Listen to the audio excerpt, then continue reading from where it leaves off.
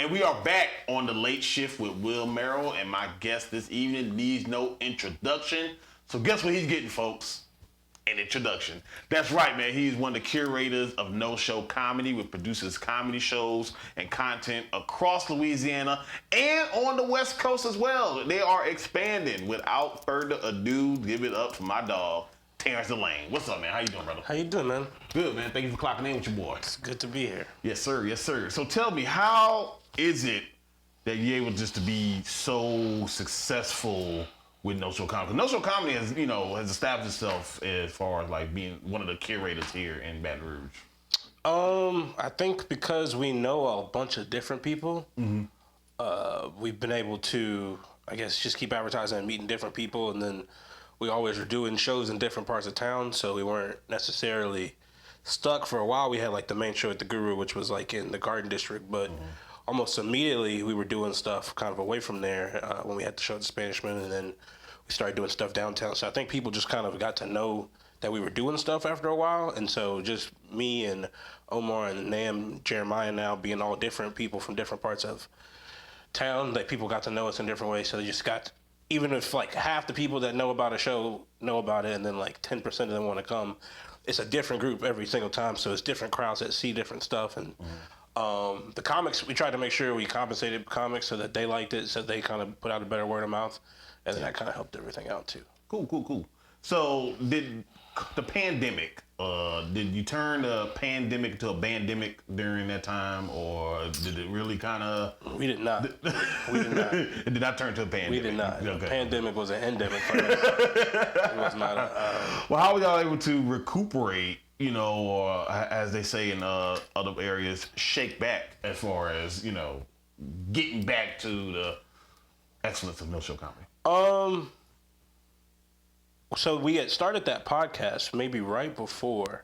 Like we were doing it, originally we were doing with the On the Mic podcast. It was supposed to be, the concept was to do it right before an open mic. Yeah.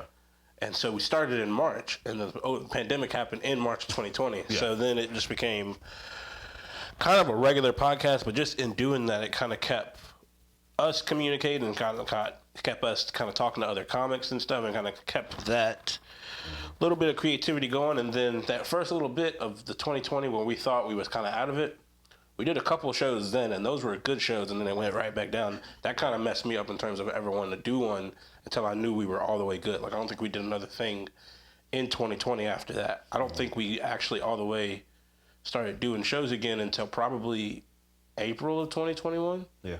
We were just kind of we would go to stuff, and we weren't really trying to create stuff just because we didn't want to be the ones that were creating like the super spreader events and stuff. But Right. once we got into like mid-April, we kind of figured out what rooms we could still do stuff in, who still had a budget for us.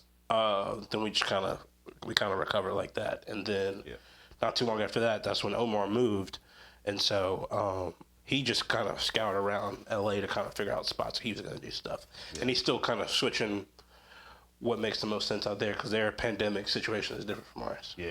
I can imagine that. So No Show in general produces not only comedy shows, but also different type of entertainment events. There's the famous Stone versus Drunk versus Sober. There's been roundtable discussions. There's been the famous game show, trivia type of show. Is that on purpose to be able to diversify your entertainment, or is that just, you're like, hey, let's just try something different? It's on purpose. It's definitely on purpose, just to be able to do different stuff, because ideally, a lot of other people, I'm not as specifically as, I guess, artistically gifted as like Jeremiah and like Omar are, but they have different skills, behind the camera that they can do. And so we just wanted to do extra stuff that allowed that to be there. Like Omar, before when he had started No Show, a lot of the money he was making was doing like videography for like weddings and stuff like that. So being able to keep stuff like that, he already has that skill. It made more sense to keep doing stuff that allows him to do that. Yeah. Jeremiah's always taking pictures, and then Omar also has like graphic design stuff that he can do. So just doing more events where you got to use some of those things, and it didn't always have to be us just doing stand-up, made more sense just because of the amount of people we had. in the earlier years. Just we had enough bodies to do other stuff. We didn't always want to. We get worn out doing stand up all the time, especially once we had an open mic. With the open mic, we were gonna run out of stuff to do if we just always had people coming to things, and we were only making money from like stand up stuff. So I feel you. that was pretty, in my opinion, it was pretty conscious effort to do that. Makes sense. So, what is the future of Terence Delaine and also like the No Show brand? Like, what is the future? Is it growth, expansion? Is it?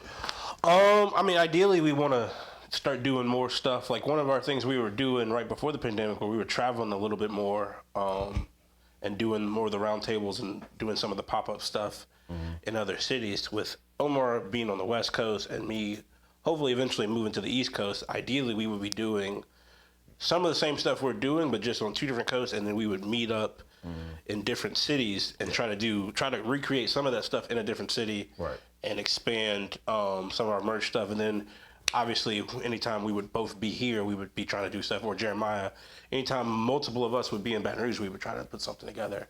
Anytime we do that. But the idea is most of the stuff we do, we could do not in the same area. So we're just trying to, make sure we're doing everything the right way, and then just reproduce that same thing everywhere. Try to have the same themes and things. Try to have making sure we're paying people, making sure we're putting together good quality stuff that whenever that audience comes, they know they're getting their money's worth. They don't come to that show and be like, all right, that's the last one I'll go to. We want them to always to feel like they want to come back to it by making different lineups, trying to have diversity in the lineups. And like, I guess our diversity comic-wise isn't as great as it is in other cities, but I think we've done a good job of pulling people from outside of Baton Rouge to kind of make the lineups more diverse. Yeah. And then, introducing other comics to the Baton Rouge crowd. Definitely, I can see that. So let everybody know where they can follow you at, where they can follow No Show, what you got coming up.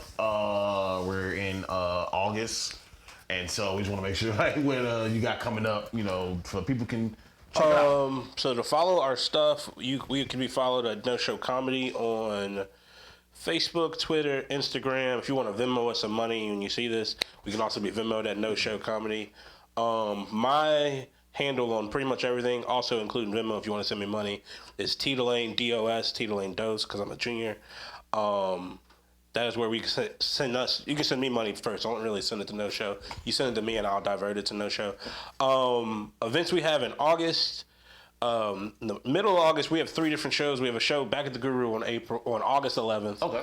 And then we have Friday Night Laughs at the Station on August 12th. And then we have a different showcase that we're going to be doing at Squeaky Pete's on August 13th. I think all those shows are going to start at 8. Or like a comedian 8, so it'll be around 8, but loose 8. Hopefully y'all get there at 8, so we can actually start the show at like 8:10. Yeah. But all of those shows will be Thursday, Friday, Saturday. Omar will be back for those. It might be one of the last ones where me, Omar, and Jeremiah are all on the shows at the same time, and we know ahead of time. So those will be good shows to kind of get a good grasp of all the No Show comedy from before and after and all that. Nice. Well, Terrence, I appreciate you talking with your boy. Thank you so much, brother. Thank you for having me. Yes, sir. And we're going right back on the late shift.